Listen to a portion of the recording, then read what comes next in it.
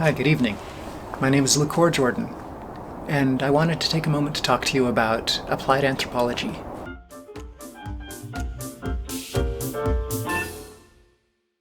And I'd like to welcome you to our first segment from Slightly Problematic. I'd like to talk to you about applied anthropology, and in particular, to share with you my quick and dirty guide to clean and ethical work. First, I'd like to skip the somewhat compulsory attempt to explain what anthropology is under the pretense that nobody knows what we do.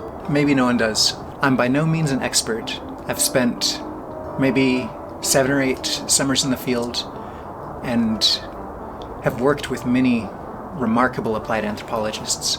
I'll be sharing mostly advice and content of lectures on ethical fieldwork that I feel like have been drilled into me from the very beginning as an undergraduate, into my early field experiences, and through graduate school. And this isn't a methods talk, so I'm not going to talk a lot about anthropological methods. So first, to me, applied anthropology is a scholarly trade focused on utilizing a fairly broad toolkit in order to accurately and effectively gain insight into ground truth in a particular place at a particular time. And I will talk a little bit about participant observation in the context of ethics, because the process of participant observation, that is getting right into the thick of it, spending time with people, obviously with their consent and with their welcome, but you get very close to people. It's not uncommon to make real friendships, to build genuine trust. Sometimes things can feel so natural and so normal that the elephant in the room can vanish until someone turns to you and says, "So why are you here?" And ultimately, whether you're an anthropologist who is working through a university, or you're an applied anthropologist working with a government organization or a community organization, you're there because of a job. You're working. Anthropologists who work through the university often will dress up what they're doing as pure research or whatnot, but ultimately they are working for the university, and the university is not apolitical or socially neutral. It has fairly well-defined, if often problematic, stances on research ethics, but the IRB will help people to at least get a good start on ethics. If you're working in the private sector, you're responsible to make sure that your work is both ethically rigorous and relevant to the scholarship of anthropology. First off, number 1, always know who's hiring you. Who you're working with and who you're working for can be different. Always read your contract carefully, understand what you're being asked to do and whether that's something you're willing to do. And recognize that things can get complicated in the field. In the process of conducting research for your project, you may enter into fairly private, sensitive situations. And if that ends up in your field notes, who owns those notes and who has access to that? And if you're brought in to determine the feasibility or the implementation of a particular project, what if in the course of your work you determine that that project isn't welcome or is in fact particularly harmful? Do you have the ability to recommend that the project be aborted, or will you be asked to make the best of a bad situation? 2. Freely given, informed consent. The beginning of your strategy for fieldwork and the beginning of your implementation should always center around how you're going to deal with communicating meaningfully and in good faith the purpose of your research, who's funding it, what the potential risks are to participants, what the potential benefits are, if any, for participation, and what strategies you will use to mitigate potential risks or harm to participants, as well as making it clear that at every stage of research, participation is fully voluntary and can be ended for any reason at any time. Next, do no harm.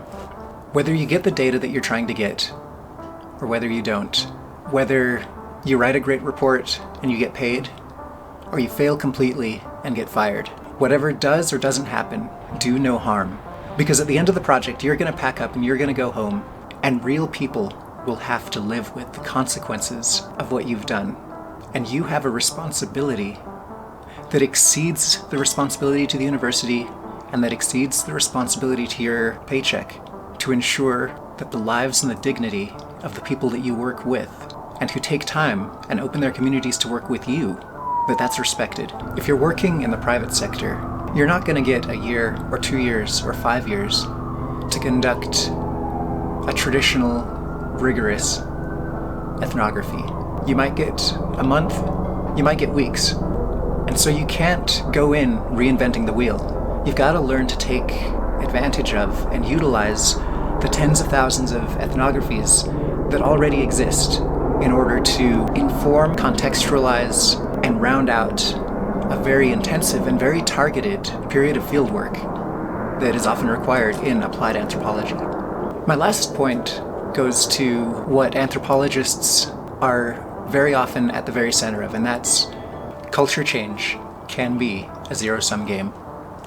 What that means is that regardless of how great a proposal, a project, or an idea might seem, it can come with unforeseen consequences to individuals and to institutions. Formal and informal power brokers can be left excluded or left uninvolved in these new systems or processes. It could also be that a labor-saving innovation can disrupt structured periods of multi-generational work, which leave people feeling potentially isolated, alienated, and can prevent young people from being able to gain valuable time learning and interacting with elders. An anthropologist is particularly well suited to the work that they do in these processes because of the attention to ground truthing and the power asymmetries and small group dynamics, which are often